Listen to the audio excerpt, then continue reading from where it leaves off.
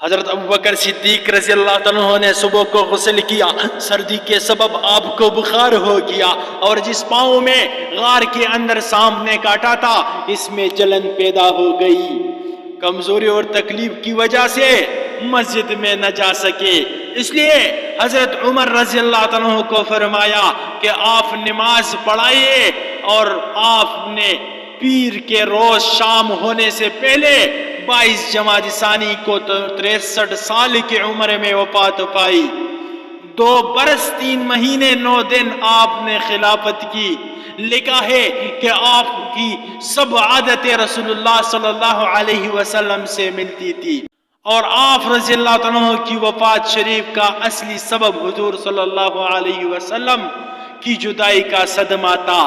آپ صلی اللہ علیہ وسلم کے غم میں گل گئے تھے۔ حضرت عائشہ صدیقہ رضی اللہ تعالیٰ عنہ کا بیان ہے کہ وفات سے تھوڑی دیر پہلے آپ نے پوچھا کہ بیٹی رسول اللہ صلی اللہ علیہ وسلم نے کون سی دن وفات پائی تھی؟ میں نے کہا کہ پیر کے دن۔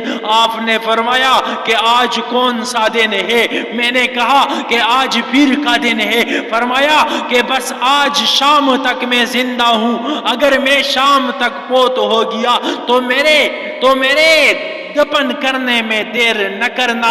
مجھے سب دنوں سے اور گھڑیوں سے وہ گھڑی بہت پیاری ہے کہ میں اپنے محبوب صلی اللہ علیہ وسلم سے جا ملوں۔ تمام صحابہ کرام کو آپ کی وفات سے بڑا غم ہوا۔ خاتم الخلفاء حضرت علی المرتضیٰ رضی اللہ عنہ بے قراری سے فرماتے تھے کہ افسوس، آج رسول اللہ صلی اللہ علیہ وسلم کی خلافت ختم ہو گئی اور دین کی روح جاتی رہی۔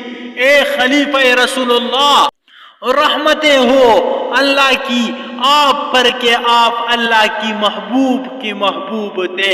آپ ہی نے سب سے پہلے رسول اللہ صلی اللہ علیہ وسلم کو اللہ کا رسول مانا اور صدیق ہوئے۔ آپ کی ہر ایک بات رسول اللہ سے ملتی ہے۔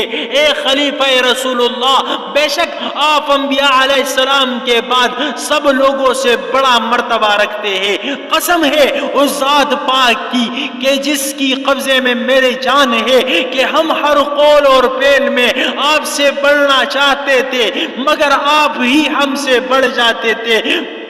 صدیق اکبر رضی اللہ عنہ کو برا کہنے والوں، کیوں اپنے ایمان کو خراب کرتے ہو؟ ذرا سوچو تو کہ جس کو تم برا کہتے ہو اس کی شیر خدا تعریف کرتے ہیں۔ کچھ سمجھ سے کام لو۔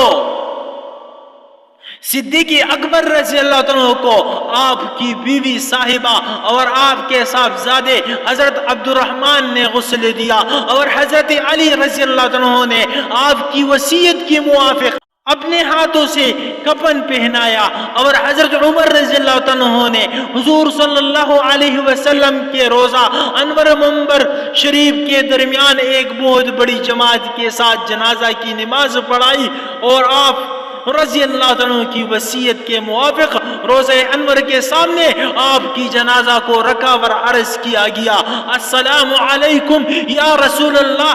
یہ جنازہ آپ کے یار غار کا دروازہ پاک پر حاضر ہے، حضور صلی اللہ علیہ وسلم کے قدموں میں دفن ہونا چاہتا ہے۔ یہ کہتے ہی حجرے شریف کا دروازہ خود بخود کھل گیا اور غیب سے آواز آئی، ملا دو حبیب کو، حبیب سے کہ حبیب کو اپنے حبیب سے ملنے کا شوق ہے۔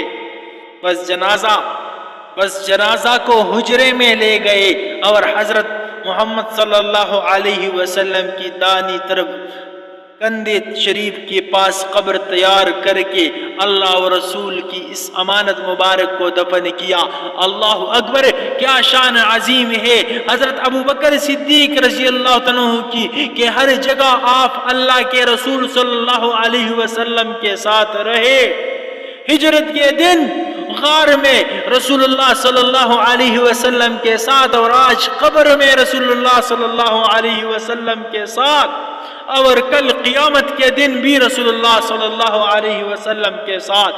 حضرت علی رضی اللہ عنہ فرماتے تھے کہ جب صدیق اکبر رضی اللہ عنہ کو دفن کر دیا، اور میں رات کو سویا تو میں نے رسول اللہ صلی اللہ علیہ وسلم کو خواب میں دیکھا کہ آپ صدیق اکبر رضی اللہ عنہ کی قبر پر کھڑے رو رہے ہیں اور یہ دعا کر رہے ہیں، اے اللہ میرے امت کے بوڑھے کو صدیق کی طفیل سے بخش دے۔